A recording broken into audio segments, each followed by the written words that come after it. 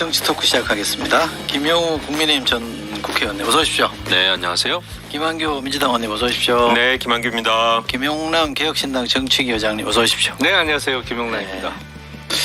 우리 김영우 전 의원이 메모해놓은 걸 밖에 놓고 왔대요. 갖다 주세요. 그거 시험 망쳤네. 시험 망쳤어요. 아니, 미국 대선 토론도 뭐 메모 커닝페이퍼예요? 없이 하는 거예요, 그냥. 아, 뭐 할 수는 있겠으나 늘 완벽을 기하다 보니까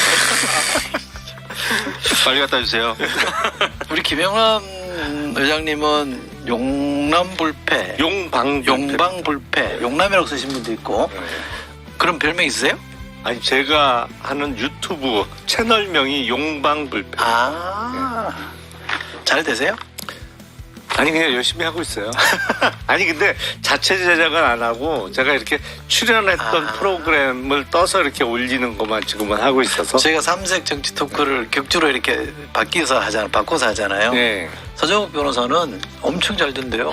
잘 되죠. 저도 수입이 과거에 크대요, 수입이. 한번 했었는데 저도 어디 앞으로 나갔어요? 방송사 끼고 했었는데 저는 영웅 본색이라고 그래서 영웅이라고 그러지 왜? 아니 영웅 본색이라는 영화가 있었잖아요. 네. 근데 제 이름이 김영우니까 그냥 영웅 본색으로 이렇게 각색한 거죠. 그래가지고 찍을 때마다 그냥 100만 조회수 넘고 막 그랬어요. 돈이 됐겠네 그러면? 근데 제가 계약을 잘못 맺는 바람에 그냥 거의 좋은 일하고 출연료는 받으셨겠죠. 그 출연료만 그냥 조금 받았죠. 근데 그 유튜브 세상이잖아요. 어떻게 보면 유튜브에 한계도 있고 장점도 있고 그런데 1인 미디어 시대라 아무튼 유튜브를 잘 활용할 필요는 있어요. 메모가 오고 나니 훨씬 편안한 표정이. 네, 아무래도 무기가 있으니까. 네. 임영웅 씨 잘 아세요? 임영웅? 네. 요즘 대세인데. 임영웅이 제 후배죠. 아 그래요? 아니, 포천 지역 후배. 포천. 그래가지고 이제 옛날에 그 무슨 노인의 날 이런 때 보면은 임영웅 그 친구가 왔어요. 뜨기 전에. 네, 뜨기 전이죠. 그래가지고 자네 이름은 영웅이네. 나는 김영웅인데 그러니까. 쓸렁하네. 그렇습니다. 막 이러면서. 근데 아주 성격이 좋아요. 인간성이. 그렇다대요. 네, 그래서 형들을 다 좋게 하시더만요. 네, 저는 진정한 스타다 이렇게 생각합니다. 그 친구도 좀 어렵게 컸죠? 예, 그 어머니가 이제 미장원 하시고 그 소우르비라는 데서 그리고 또 할머니 그 할머니하고 이제 외할머니죠. 그 컸는데 아주 평이 좋아요. 예, 포천에 임영웅 거리도 아마 있을걸요? 그래요? 예. 김영호보다 유명해요? 저보다 지금은 뭐 비교가 안 되는데 그때는 제가 유명했죠. 그때 10년 전에. 한때 인지도에서 앞설 때도 계셨군요. 그럼요. 뭐 다 이제 후배들이 이렇게 잘 되고 좋은 일 하고 좀 친하게 있었죠. 지내세요. 지금은 연락이 안 되네요. 어머니하고는 그 메시지도 왔다 갔다 하고 제가 포천에서 불출마한다 그러니까 왜 불출마하냐 뭐 이런 메시지도 오고 그랬었는데 아무튼 지금은 이제 달라졌죠. 알겠습니다.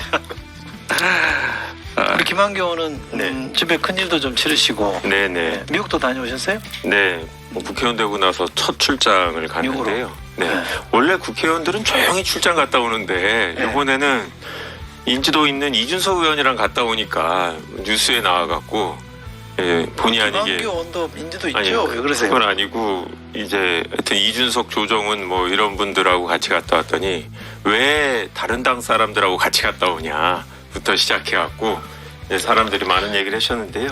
미국 전당대회여서 미국 민주당 싱크탱크 초청으로 갔다 왔는데 개인적으로는 하루 전날이 저희 우리나라 민주당의 전당대회였고 얼마 전에도 국민의힘 전당대회여서 우리나라 전당대회랑 비교할 수 있는 기회가 있었고요. 정말 좀 뭔가 엔터테인 요소가 되게 많이 들어가고 되게 축제 같다는 느낌이 들었고 TV를 틀어도 계속 전당대회 뉴스가 나오고 거의 시카고가 거의 도시 전역이 들썩이는 느낌이었거든요. 상당히 부러웠습니다. 뭐 우리도 당원들이 되게 적극적으로 참여하는 정치 문화라고 생각하는데 아직 비교가 안 되는구나. 전 세계에서 4일 동안 그냥 미국 전역에서 4일 동안 휴가 내고 와서 그 동네에 있는 호텔들을 다 잡고 전당대회만이 아니라 낮에는 자기네들끼리 지지자 모임을 하고 뭐 여러 가지 토론회들이 있고 그래서 뭐 우리도 이제 나중에 그런 방식으로 전당대회를 갖고 가야겠다라는 생각이 들었고요. 또 하나는 이제 돈의 전쟁 같다는 느낌이 들었는데 일단 돈을 많이 내면 좋은 자리에다가 이렇게 부스를 만들어주고 그러더라고요. 우리나라 같은 경우에는 후원금 기준으로 자리 주면은 난리 날 텐데 미국은 이게 통하는 사회구나. 라는 느낌이 들어서 저희는 돈을 안 내서 3층 꼭대기에서 이렇게 멀리서 봤습니다. 근데 어쨌든 뭐 민주당 전당대회 참관하셨는데 네. 가서 보니까 미국 대통령 판세가 보이던가요? 아니 근데 저희 5명이 갔는데 저희끼리도 생각이 달라서 저는 뭐 당시 분위기가 이제 해리스가 확 뜨고 또 특히 이제 바이든에서 해리스로 후보가 바뀌고 나서 민주당 지지자들 중에 소극적이던 사람들이 적극적으로 바뀌는 걸 보면서 여하튼 지지층 결심은 확실히 됐고 특히 이제 여성분들 미국 최초의 여성 대통령 이 모토하고 또 한 가지 그동안 이민자들 이런 분들이 민주당 지지여서 약간 좀 느슨해졌던 게 이분들도 또 유색 후보자 유색 인종이다라는 점 때문에 상당히 열정적인 걸 보면서 이거는 분위기가 좀 바뀌었구나. 저는 뭐 조심스럽게 해리스가 유리하지 않을까. 나머지 그렇게 분들은 생각하고 누굴 있습니다. 전망하시던가요? 아니, 그러니까 뭐 다른 분들은 일단 보수 정당 쪽에서 오신 분들은 해리스가 생각보다 매력이 없다. 예, 실제로 저희가 되게 가까이서 볼 일이 있었는데 전당대회 말고 바로 옆에 이 미러키라는 도시 한 2시간 정도 되는데 유세가 있었어요. 그래서 저희가 가서 바로 이제 콘서트 같이 돼 있는데 바로 이 플로어에서 볼 수 있어서 가까이서 봤는데 약간 해리스 상당히 생각보다 왜소. 예, 왜소하죠. 키가 이제 150대 후반 정도 되고 해리스가? 일단 그러다 보니까 이 160이 안 돼요. 트럼프처럼 거부인 사람과 이제 붙여놨을 때 어떻게 보일까? 정체성 그것도 되게 중요하잖아요.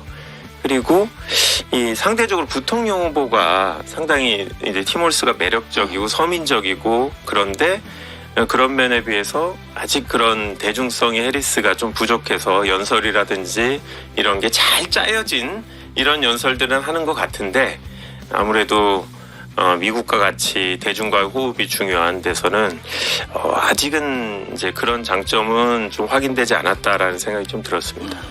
소신의 아이콘 김영남님은 어떻게 생각하십니까? 아니 그 기간에 저는 뭐 현역 의원이 아니라 초청은 못 받았고 제가 미국에 개인적으로 가 있었는데 그랬어요? 정말 TV만 틀면 하루 종일 민주당 전당대회 뉴스를 하루 종일 보도를 하니까 저도 이번에 처음 알았어요. 전당대회를 4일 하는구나. 저는 우리처럼 하루쯤 하는 줄 알고 국내에 있을 때는 뭐 그 보도를 잠깐 단신으로 보니까 몰랐는데 4일 내내 그것만 하더라고요. 근데 지금 민주당의 장점은 일단 나이가 들고 건강에 대해서 많은 의문을 제시받았던 바이든이 빠지고 새 인물이 후보로 등장하면서 좀 활기를 띈 측면이 있고 그리고 전당대회를 지켜보니까 민주당은 이 도와줄 스타 플레이어가 많아요. 그러니까 뭐 버락 오바마 와서 찬조연설하지 미셸 오바마도 또 못지않게 대중적 인기가 높지 또 오프라 윈프리. 뭐 그뿐만 아니라 빌 클린턴 나와서 내가 아직 트럼프보다 젊다. 그러니까 트럼프가 나보다도 나이가 많은 사람이다. 내 20년 전에 대통령하고 그만뒀는데 뭐 이런 식으로 하는데 상대적으로 공화당은 도와줄 스타 플레이어 그러니까 정치적인 스타가 눈을 씻고 찾아봐도 안 보여요. 왜냐하면 아들 조지 부시 대통령이 뭐 이렇게 대중적 인기가 높은 것도 아니고 대중 연설을 잘하는 것도 아니고 그리고 트럼프 후보를 그렇게 적극적으로 도와줄 생각이 있는지도 잘 모르겠고 그러니까 우군이 단단하다는 측면에서는 민주당이 훨씬 유리한 선거 지형인 것은 맞는데 후보의 어떤 그 캐릭터나 커리어라는 측면에서는 해리스 후보가 미국 대통령? 뭐 그거에 대해서 갸우뚱하는 분들도 있을 수가 있죠. 왜냐하면 그동안의 대중 인지도나 이런 면에서 조금 대통령을 하기에는 조금 아직 부족한 거 아니야? 이런 의문을 제기하는 분들도 많이 계시죠. 근데 제가 보기엔 이번 선거는 해리스 대 트럼프가 아니고 트럼프 대 반 트럼프 전선 같아요. 왜냐하면 트럼프 대통령이 워낙 인지도도 높고 적극적인 팬덤도 형성되어 있습니다만 못지않게 엔타이 세력이 워낙 세고 그리고 싫어하는 이유도 너무 분명하기 때문에 절대로 트럼프가 돼서는 안 되는 이유를 많이 갖고 있거든요. 미국 국민들 중에도 상당수가. 그래서 해리스 vs 트럼프가 아니고 트럼프 대 반트럼프 이렇게 봅니다. 아니 미국 정치에 대해서도 이렇게 하실 말씀들이 많으시네. 그렇죠. 메모에 없어요? 명령이? 깨알같이 적어왔죠. 근데 이거 깨알같이 적은 건 뭐 필요가 없을 것 같고. 근데 제가 이제 이번에 전 과정을 이렇게 보면서 이제 미국 정치도 그렇고 우리 정치하고 참 굉장히 비슷해요. 이게 뭐 한미 동맹 관계에서 그런지 몰라도 이게 프레임 전쟁을 하더라고요. 거기도 딱 프레임 만들어가지고 해리스 쪽에서는 해리스는 또 검사 출신이고 이러다 보니까 트럼프는 뭐 범죄자, 거짓말쟁이, 범법자, 그것도 아주 중범죄자 이런 얘기를 하면서 내가 트럼프 같은 타입은 너무 잘한다 이러면서 그 프레임을 좀 만들고 트럼프 쪽에서는 또 해리스뿐만 아니라 팀 월스 그 이제 민주당 부통령 후보죠. 굉장히 급진 좌파다. 저는 그분 좋더라고. 예, 굉장히 서민적이고. 저랑 갑이에요. 예. 그분 서민적. 그래요? 갑자기인데 그분 근데 굉장히 좀 연로해 보이는데. 네, 보이시죠? 나이는 젊더라고요. 네.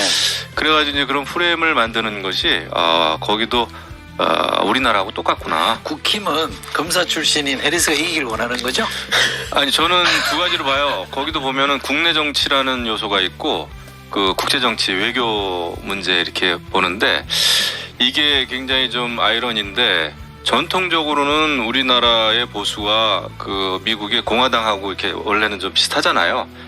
그런데 트럼프 때부터 조금 많이 차이가 있어요. 트럼프가 오히려 동맹보다는 뭐 미국의 국익을 막 우선하다 보니까 주한미군 뭐 주둔 비용을 확 올려달라는 등 이런 식으로 나오니까 그리고 이제 또 북한의 이제 김정은 대북 정책에 있어서 트럼프가 좀 우리가 볼 때는 김정은하고 이렇게 쇼하기 좋아하고 사진 찍기 좋아하고 하지만은 북한의 또 뭐 핵무장에 대해서 실질적인 어떤 제한이나 대책이 없이 정상회담만 하고 그러니까 시간만 벌어주고 트럼프에 대해서 조금 이건 아니다라는 생각이 있죠. 아니 그건 알겠고 네. 그 검사 출신이 이기를 원하는 거 아니에요. 뭐 저는 해리스가 되는 게 미국을 위해서도 그렇고 전 세계 동맹 관계를 위해서도 그렇고 뭐 인권이라든지 이런 거를 위해서는 굉장히 큰 사건이죠 사실. 해리스가 되면 출신이라서가 아니라 검사 해리스는 저는 검사라기보다는 어떤 부통령 또 여성 또 유색인종으로서의 그 뭐랄까 이미지가 더 강하다고 봐요. 알겠습니다. 한국 선거 같으면 선거 결과를 100% 장담할 수 있겠는데요. 한국 네. 선거 같으면 검사 출신이 지금 상황에서는 절대로 당선 안 되죠. 그리고 미국은 검사 해리스도 캘리포니아에서 다 당선된 사람이잖아요. 네. 선출직이고 그게 다르고 알겠습니다. 다르죠. 한국 그리고 얘기로 올게요. 네. 그리고 트럼프도 한 가지만 말씀드리면은 결국은 변수가 너무 많다는 거. 트럼프가 피격됐을 땐 트럼프 된다고 다 생각했잖아요. 근데 바이든이 또 불출마하면서 해리스가 지금 또 많이 떴잖아요. 60일 남았는데 아직도 모릅니다. 알겠습니다. 스윙보트 지역은. 자, 답답한 우리 정치 얘기로 와서 검사 출신 여당 대표가 이번에 뭔가를 한 건 하신 거예요? 했다고 봐야죠. 성부수를 던진 거예요? 했다고 봐야죠. 왜냐하면 의료 그 대란, 의대 정원 문제 가지고 결국은 여야 대표 회담을 하면서 공감대가 이미 형성이 됐고 저는 그게 컸다고 봅니다.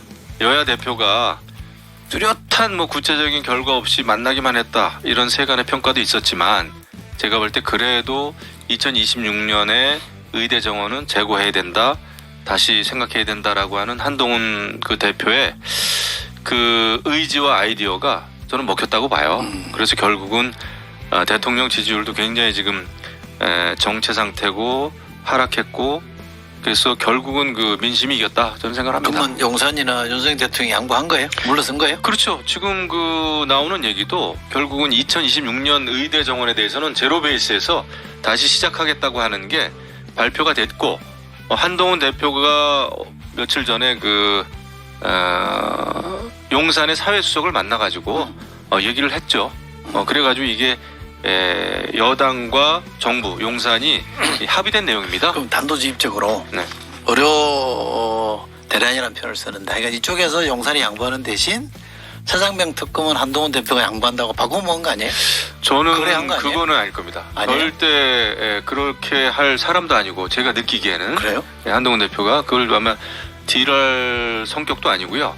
의료 이 대란 문제, 응급실 뺑뺑이 문제 이런 거는 너무나 심각해요. 특히 추석에 늘 우리 밥상머리 민심이 굉장히 중요하다고 생각을 하는데 이 정치에 있어서 그거를 염두에 두고 용산도 아마 이거는 필요하다 생각을 했을 겁니다. 저도 딜은 아니었다고 생각하는 게 왜냐면 한동훈 대표가 지금 최상병 특검을 자체적으로 추진할 능력이 없어요. 국민의힘 내부 설득을 못하고 있는데 의원 거의 전부 다 어떻게 보면 한동훈 대표랑 가까운 분들도 법안 안 내고 있지 않습니까? 10명이면 되는데. 그래서 제가 봤을 때 협의는 아닌 것 같고 한동훈 대표가 분명히 이거는 대통령실하고 사전 협의를 하신 것 같고. 근데 왜 갑자기 그럼 물러선 거죠? 용산이? 용산이요? 지금 추석 의료 대란에 대한 두려움이 되게 큰 것 같고요. 대통령 부정평가에서 최근에 1순위로 의료 대란이 올라왔습니다. 처음입니다. 2월 22일 날 이런 사태가 첫 시작됐는데 그 전까지는 국민들이 이렇게 불안해하지 않고 있었는데 이게 상당히 많이 49주째 됐는데 그러다 보니까 이게 대통령실에서도 잘못하면 대통령 지지율에 큰 타격이 있을 것 같다라는 생각을 갖고 있는 것 같고요. 기본적으로 내년 의대 정원은 바꿀 수 없다라는 전자의 한동훈 대표도 내후년 의대 정원을 얘기하고 있지 않습니까? 그러니까 일단 뭐 내년은 본인들이 이겼다고 생각하시는 것 같고 내후년도 일단 줄이겠다고 얘기하는 게 아니라 제로 베이스에서 얘기했다는 수준이라 저는 대통령실의 태도가 완벽하게 바뀌었다고는 생각하지 않습니다. 어떻게 보십니까? 글쎄 아직도 넘어야 될 산이 많죠. 사실은 대통령실에서 뭐 윤석열 대통령이 직접 국정 브리핑이나 마이크 앞에 서서 2,000명을 고소한다는 입장을 명확히 했었잖아요. 뭐 금년 봄만 해도. 그러다가 최근까지도 입장 변화가 없었는데 갑자기 이제 어제 물러서는 듯한 멘트가 나왔는데 그럼에도 불구하고 이제 대화를 시작할 수 있다는 아주 원론적인 수준의 워딩이기 때문에 문제 해결을 위해서는 넘어야 될 산이 많다. 근데 문제는 이 문제를 누가 만들어냈냐. 아니 근데 그 과정에서 그러면 뭐 지금부터 대화를 시작해서 원만하게 잘 풀린다고 손치더라도 그러면 이 난리가 났는데 아무도 책임을 안 진다? 아니 그러니까 여권 내에서도 적어도 보건복지부 장차관 정도는 경질을 해라라는 목소리가 나옴에도 불구하고 어제도 그거는 없다. 절대 뭐 어떤 경질이나 문책성 인사는 없다라는 것을 선을 확 거버렸잖아요. 그러면 이 정부는 아니 사고는 계속 치는데 매번 사고 칠 때마다 책임지는 사람은 아무도 없는 정부예요. 그런 면에서는 글쎄요. 근본적인 태도 변화라고 보기는 어렵다라는 생각이 듭니다. 왜 아무도 책임을 안 지십니까? 책임 다짐은 뭐 나만 할 사람이 없죠. 근데 제가 볼 때 이런 경우에는 이제 의료 대란이 지금 현재 진행 중이고 또 추석 연휴가 있기 때문에 책임을 지더라도 이 연휴 끝나고 책임을 지우는 게 맞고요. 저는 그게 이제 추석 선물로 드리면 좋을 텐데. 아니요. 그러면은 지금은 일단은 급한 불부터 끄는 게 맞다고 봐요. 그리고 어쨌거나 지금 장차관은 지휘 라인에 있기 때문에 지금 그게 이제 정서적으로 감정적으로 국민들은 굉장히 화가 나 계시지만은 일단은 급한 불 끄고 그 다음에는 이제 우리가 법적인 문제도 있겠지만은 결국은 이 같은 대혼란 이런 거에 대한 어떤 책임을 지우는 거 이런 거는 저는 정무적으로는 좀 필요하다고 봅니다. 근데 이제 다 아시겠지만은 이게 대통령도 굉장히 확고한 의지가 있었던 문제고 직접 대국민 담화를 통해서 그것도 총선 직전에 직접 발표도 하고 그랬어요. 그래서 하지만 뭐 대통령이 또 이런 모든 거를 책임을 지고 어떻게 할 수는 없잖아요. 그렇다면은 그 과정에 있어서 잘못된 조언을 하고 이런 사람들은 정무적으로 따끔하게 책임지게 하는 게 좋죠. 근데 그걸 하실란가 모르겠어요. 사실은 지금 보건복지부 장차관의 경지를 이야기하는 분들도 이 사태의 근본적인 원인 제공자가 보건복지부 장관 뭐 아니면 차관이라고 생각해서 그런 얘기를 하는 건 아니잖아요. 몸통은 따로 있다. 근본적인 원인 제공자가 누군지는 다 알아요. 근데 그분은 물러날 수 없는 자리에 있으니 대신 아니 잘못한 건 본인이지만 본인이 물러날 수 없는 자리에 있으니 대신 본인의 책임을 인정한다는 최소한이라도 잘못을 인정한다는 측면에서 장차관이라도 바꾸는 모습을 보이라는 거잖아요. 근데 그걸 안 하겠다는 거죠 지금. 이게 토론이 안 되는 게 다 동일한 생각을 갖고 있으니까 이게 토론이 될 수가 없는데 저도 김용호 전 의원님 말씀처럼 뭐 추석은 넘기고 누군가는 책임져야 되는 게 맞다고 생각하고 정치적으로는 뭔가 대통령실도 얻으려고 하면 내놓는 게 있어야 되는 거잖아요. 이거는 하나도 손해보지 않으면서 본인들 표현은 의료 개혁을 한다고 하는 게 사실 정치적으로 불가능한 일이죠. 그리고 제가 어제도 의대 교수님들하고 의사분들을 응급실 의사들도 만나고 그랬는데 이분들도 힘들고 결국은 해결해야겠다는 생각이 있어요. 근데 레지던트들이 3월부터 시작을 하니까 1월에 모집을 하고 적어도 12월부터 모집을 하고 적어도 2월까지는 반드시 해결돼야 또 1년이 공백 상태가 되지 않는다라는 생각이 되게 강해서 협상의 의지가 저는 어느 정도는 있다고 봐요. 다만 명분이 주어져야 이분들도 못 이기는 척 나올 텐데 뭐 여야 의정 협의체를 만든다고 해도 지금 분위기는 쉽게 나오지 않습니다. 최소한 누군가 뭐 최종적인 책임자는 뭐 고만 안 두실 테니까 장관 정도는 사퇴를 해야 협의가 시작되지 않을까 저는 그런 분위기라고 봅니다. 뭐 하신 말씀? 그러니까 이제 왜냐하면 지금 참고로 사퇴를 시킬 수는 없고 김용호님 네. 참고로 네. 어떤 분이 네. 사이다가 왜 식혜가 됐을까요? 네. 저는 사이다인 적이 없습니다. 그냥 추석 이후 사퇴. 저는 늘 사실 한번 지르시죠. 늘 좀 그 신중한 편이고 그다음에 정치나 이런 게 그렇게 쉽지가 않아요. 그래서 저는 이게 결국은 이제 국민들 생명이 달린 문제이기 때문에 저는 근본적으로 그리고 이제 의협 또 그 전공의 쪽도 저는 그런 얘기를 하고 싶어요. 어떤 이유에서든지 명분이 필요하다고 생각할 수도 있지만 대한민국 국민들의 생명이 걸린 문제잖아요. 그리고 지금 뭐 응급실을 정말 뺑뺑이 도는 기막힌 지금 이런 일들이 벌어지고 있습니다. 그거보다 더 중요한 명분이 어딨겠어요. 그래서 2026년 제로 베이스에서 의대 정원 생각한다고 하니 참여해야 된다고 봅니다. 네. 참여해야 된다. 네. 여야정 의사 쪽에서도 여야 의정. 예. 참여해야 된다. 예. 그래야죠. 참여해서 뭐 어떤 결론이 나든 협의는 해야 되는 거 아니에요, 그죠? 그럼요. 네. 근데 어쨌건 이제 이 협의 테이블을 만들려면 대통령이 조금 더 적극적인 인센티브를 줄 필요는 있다. 그런 거죠. 아니, 그리고 만약에 이제 협의를 시작해서 뭐 어차피 내년 입시 정원은 이미 어느 정도는 확정이 이미 돼 있는 상태니까 어쩔 수 없이 2026학년도 입시에서 예를 들어서 의대 정원이 지금 3,058명에서 지금 1,500명 이상을 늘려놨잖아요. 그런데 다시 뭐 500명 선이나 400명 선으로 이제 3,000명에서 한 4,500명 늘리는 선으로 2026년도 입시 입학 정원을 조정을 한다 그러면 왜 이 난리를 만들었을까라는 생각은 분명히 들 것 같아요.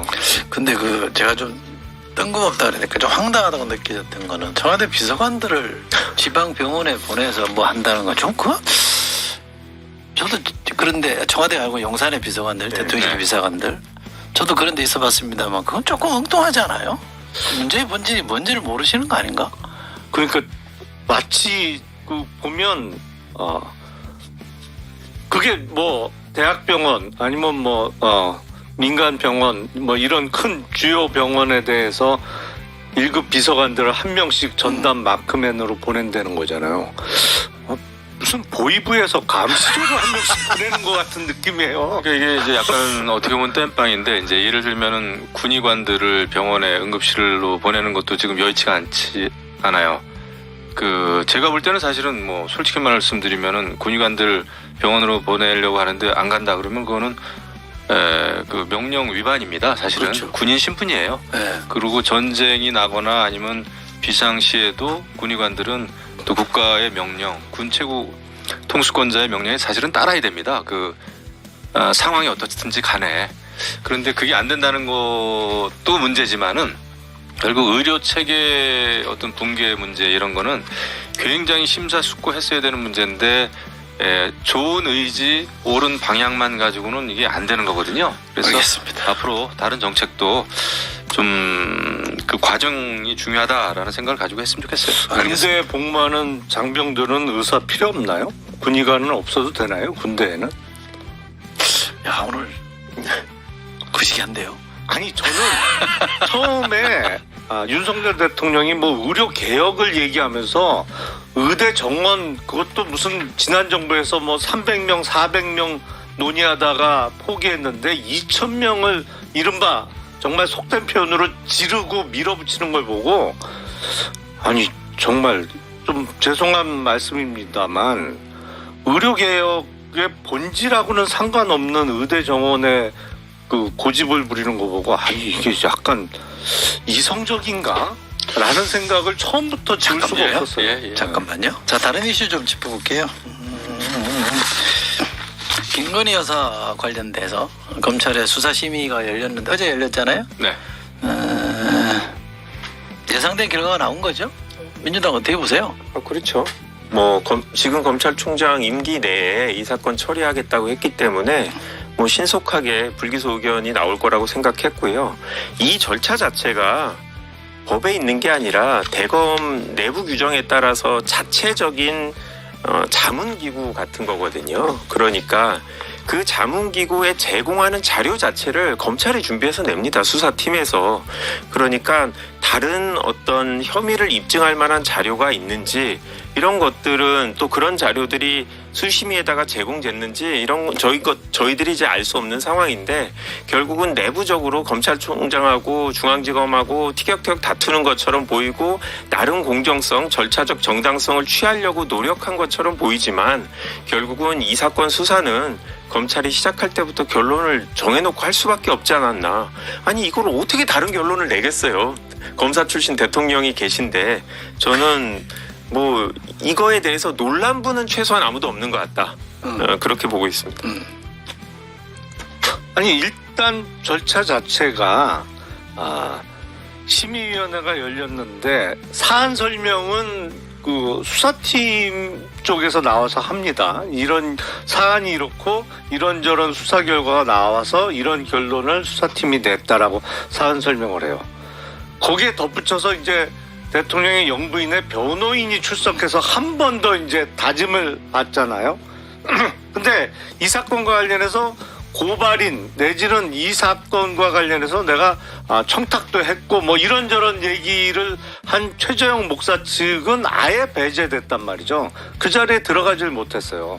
아니 그러면 무혐의 결론을 1차로 냈던 수사팀과 그리고 당연히 무혐의를 바라는 영부인의 변호사 얘기를 듣고 내는 결론에 있어서 다른 어떤 결론이 바뀔 가능성이 없잖아요. 뭐 일부 위원들이 수사를 조금 더 해봐야 되는 거 아니냐 이런 의견을 냈다고는 합니다만 그런 분들의 숫자는 부족한 거고 나머지 분들은 용기가 없었던 거죠.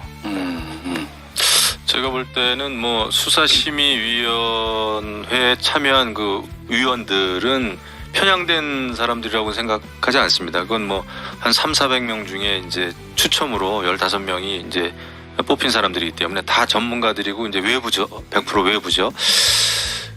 그런데 이거는 그런 것 같아요. 제가 볼 때 법적으로는 처음부터 그렇게 복잡하거나 이런 건 아닌 것 같습니다. 물론 해석상의 차이는 있을 수 있겠으나 누가 봐도 대한민국 거의 모든 국민들이 그 최재형 목사가 어떤 과정을 통해서 그 몰카 정말 공작이죠. 해가지고 미팅을 했고 디올백 그거를 선물했고 또 그 안에서 만남 속에서 어떤 대화가 이루어졌는지 우리가 다 봤거든요.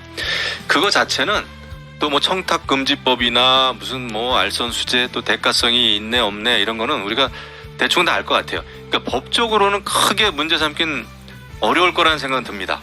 우리가 어떤 뭐 제가 검사나 무슨 판사가 아님에도 불구하고 하지만 이게 문제가 됐던 거는 결국은 정치적인 사안이 된 거죠. 그 이제 대통령 영부인으로서 함정에 빠졌다고는 하지만은 그 디올백 받는 게 옳았느냐 그렇느냐 뭐 이런 문제였고 대국민 사과를 했어야 되느냐 말았어야 되느냐 뭐 이런 문제였잖아요. 그래서 법적으로는 제가 볼 때 다른 결론 나오긴 좀 어려웠다. 그래서 수사심의위원회 결론 이게 기분 나쁘고 짜증 날 수는 있겠지만은 우리 일반 국민들의 입장에서 하지만 법적인 거는 일단락이 되는 것 같고요. 하지만 이제 남는 거는 정무적인 차원에서의 어떤 대국민 그 감정 정서 추스리는 문제죠.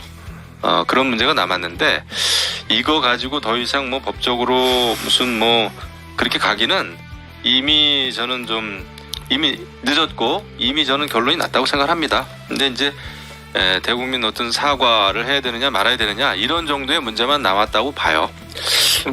이게 논의가 너무 길어질 것 같아서 제가 길게 말씀은 안 드리겠는데 처음부터 법적 결론은 어느 정도 나와 있는 거라는 의견에 그 동의하기가 어려운 게 이렇게 되면 지금까지 확정된 우리나라 대법원 판결은 다 뒤집혀야 돼요. 아 그래요? 아니 왜냐하면 지난 그 소위 국정농단 사건 때 정말 피 한 방울 안 섞이고 호적도 같이 안 되어 있는 박근혜 최순실 그 관계에 있어서 최순실이 받은 게 경제적 공동체인 소위 박근혜 대통령이 받은 거하고 매한 가지고 대통령의 권한은 워낙 광범위하고 크기 때문에 최순실이 받은 그 어떠한 금품에 대해서도 직접 뇌물죄가 성립된다라고 대법원 확정까지 다 났는데 아니 이건 호적을 같이 하고 사실상 경제 공동체인 영부인이 받은 물건에 대해서 그리고 실제로 국가 공무원을 통해서 뭐 알아봐 줬단 말이죠. 이게 국립묘지 안장이 될 수 있는지 없는지 뭐 여러 가지 알아봐 주는 행위까지 있었는데 이거는 뚝 잘라서 뭐 아무것도 안 돼. 그러면 앞서 확정됐던 대법원 판결은 다 뭐예요? 다 뒤집혀야죠. 저도 여기서 숟가락을 얹자면 문재인 전 대통령의 전 사위의 취업 관련해서 이거를 경제 공동체라고 하면서 문재인 대통령을 뇌물죄로 수사를 하겠다라는 거잖아요. 그 논리로 보면 사위가 더 가까운가?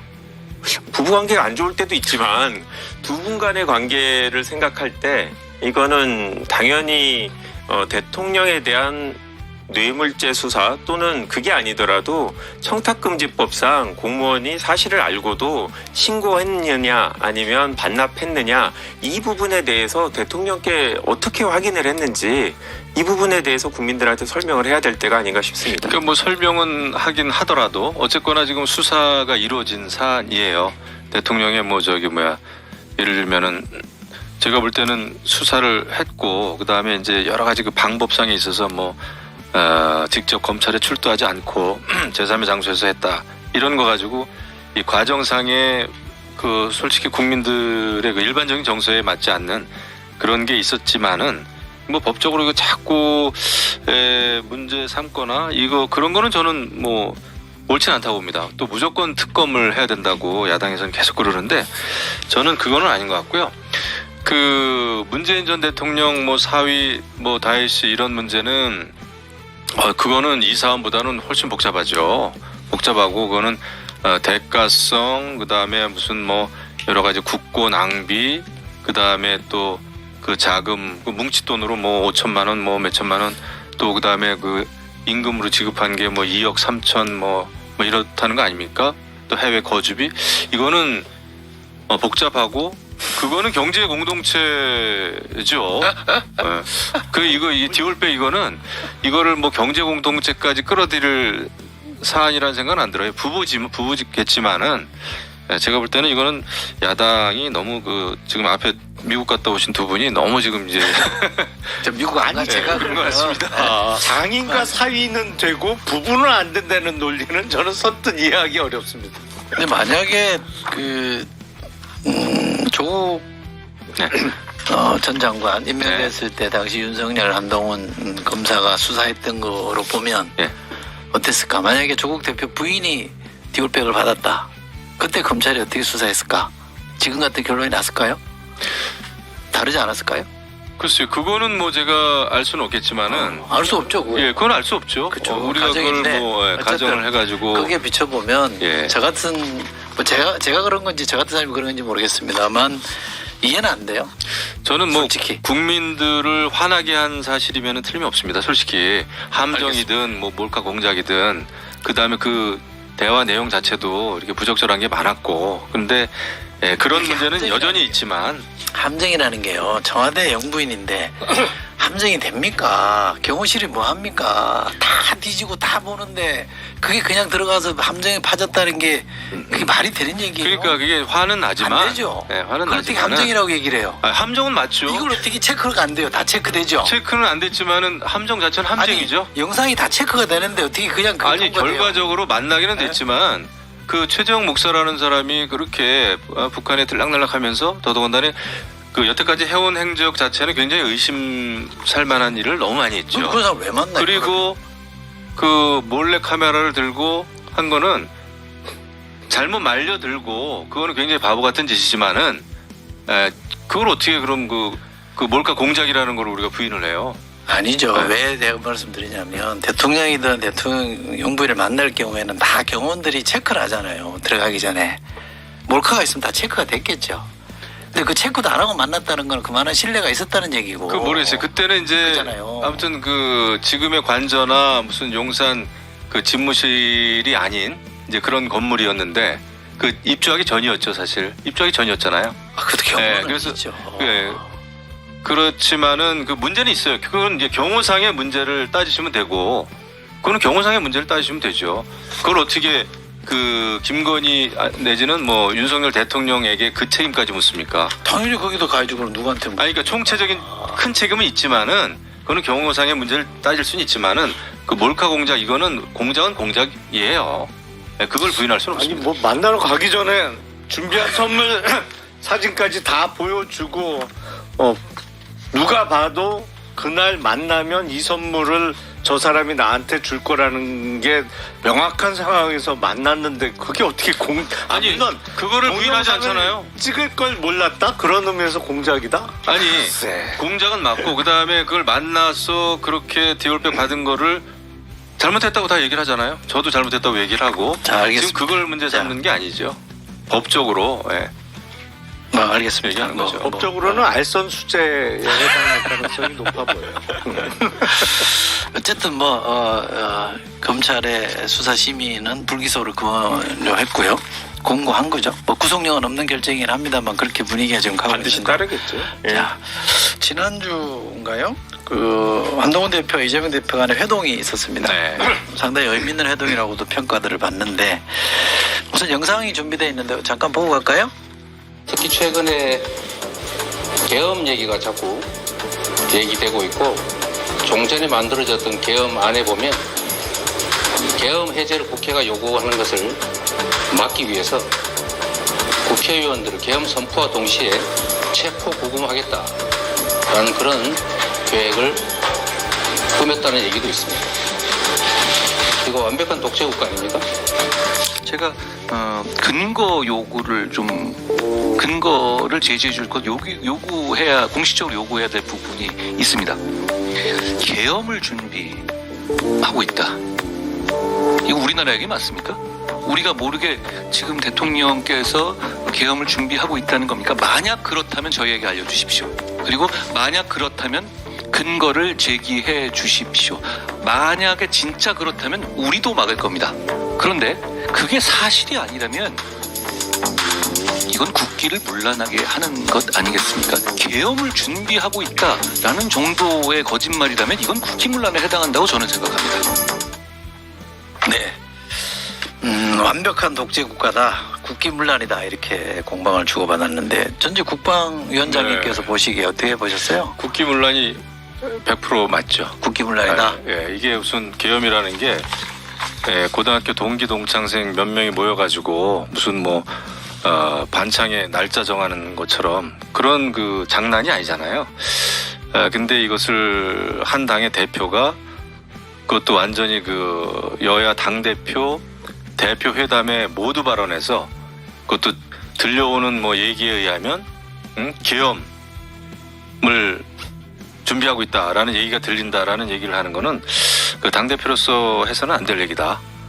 다른 민주당, 다른 그 야권의 인사들이 그런 얘기해도 그런 얘기는 입에 담지 말라.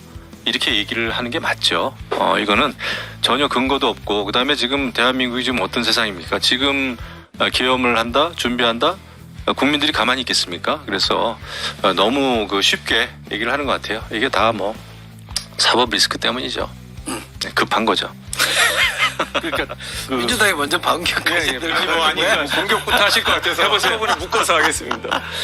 그러니까 계엄령 썰 뭐 내용은 어마어마하죠. 근데 근거가 뭐냐? 그럼 뭐 누구 만나서 밥 먹었다 뭐 이 정도 근거예요. 그래서 근거가 약해 보이는 건 사실인데 문제는 이러한 어마어마한 음모론이 통할 수 있는 분위기를 누가 만들었냐? 가만 따져보면 이 정부 대선 끝난 직후부터 따져보면 중요 결정 중에 제일 먼저 한 중요 결정이 대통령실 이전이에요. 청와대 안 들어가고 용산으로 옮기겠다. 깜짝 놀랐죠. 줄줄이 쭉 이어지더니 최근에 소위 의료 대란, 의대 정원 내년부터 2,000명 확대를 밀어붙여갖고 지금 이 난리가 났는데 이 정부 하에서 이루어졌던 주요 결정을 보면 이유가 뭐냐 잘 모르겠어요. 왜 의대 정원이 당장 2,000명이 늘어야 되는지, 그리고 왜 청와대는 절대 하루도 들어가면 안 되고 용산으로 바로 옮겨갔어야 되는지 합리적인 이유를 아무리 생각해도 생각하기가 어렵단 말이죠. 그러다 보니까 아니 이게 뭐 도대체 주요 결정을 하는 근거가 뭐냐, 혹시 뭐 일각에서 나오고 있는 주술적인 이유냐. 근데 그거 말고 합리적인 이유를 찾기가 어려워요. 그러다 보니까 온통 이런 심각한 음모론이 먹혀들 수 있는 분위기가 만들어진 거예요, 제가 보기엔. 그러니까 뭐 계엄령이라는 엄청난 그 내용에 대해서 구체적인 증거를 제시 못하고 있는 민주당 탓도 있겠습니다만 그런 게 솔깃하게 들릴 수 있는 분위기를 만든 건 이 정부 탓이 분명해 보입니다. 네. 사실 저도 구체적인 근거는 언론에 나온 거 외에는 모릅니다. 네. 사실 그런 상황인데, 근데 저희가 박근혜 전 대통령 임기 말에 군대가 기무사가 계엄 관련된 준비를 했을 거라고 처음 보도가 나왔을 때 당내에서도 믿는 분이 거의 없었거든요. 근데 이제 그게 한 2년쯤 지나서 실제로 그럴 가능성에 대한 검토를 했다라는 거 아닙니까? 이 계엄이라는 게 비상사태가 발생했을 때 공공의 안녕 질서를 위해서 할 수 있도록 헌법에 돼 있죠. 그러니까 지금처럼 대통령의 지지율이 낮고 이런 상황에서 박근혜 정부 말기와 같은 국민들의 대규모 시위가 있으면 법을 공부한 윤석열 대통령 같은 스타일은 만약의 가능성에 대해서 준비를 할 수 있다고 생각해요. 그거 자체가 문제라는 게 아니고 저희가 봤을 때는 그런 요건에 대해서 국민들이 생각하는 것과 달리 뭔가 그럴듯하게 만들려는 움직임이 있지 않을까, 이제 그런 우려를 하는 거고, 충분히 역사는 반복되기 때문에 바로 8년 전의 일이라서 그거에 대한 어떻게 보면 선제적인 문제 제기라고 생각하고요. 저희도 이제 어떻게 반박해야 될까 고민했는데 김용남 의원님이 말씀하신 주술적인 이게 되게 설득력 있다라는 생각이 저도 딱 들었는데, 국민들이 결국 이렇게 대통령이 몰리게 되면 뭐를 할 수 있을까라는 생각을 할 때 이럴 가능성에 대해서 얘기를 하는데 국민들의 반응이 글쎄 그럴 수도 있지 않을까, 내가 구체적인 근거는 없지만 이런 반응을 보이는 거 보면서 지금 저희가 처음 생각할 때는 당내에서도 이런 문제를 왜 제기하느냐 이런 얘기가 있었는데 엄중한 경고로서는 의미가 있다. 다만 더 이상 국민들이 납득할 만한 명확한 근거가 있지 않는 이상 공개적으로 계속 얘기하는 건 약간 부담스럽다라는 게 저희 내부 분위기입니다. 알겠습니다. 자, 시간이 오늘은 여기까지 해야 될 것 같습니다. 뭐 김용호 의원께서 하실 말씀이 분명히 있을 것 같은데 시간 관계상 의외로 별로 어떻게- 없습니다. 아, 그래요? 깨알같이 준비하신 게 계엄은 이제 얘기하는 거는 정치인으로서는 그거는 정말 책임 있는 발언이 아니죠. 자세가 아니죠. 삼색 정치 토크, 삼김 토크 여기까지 하겠습니다. 김용호 전 의원, 김한교 의원, 김용남 정책회장 세 분 고맙습니다. 네, 감사합니다. 고맙습니다.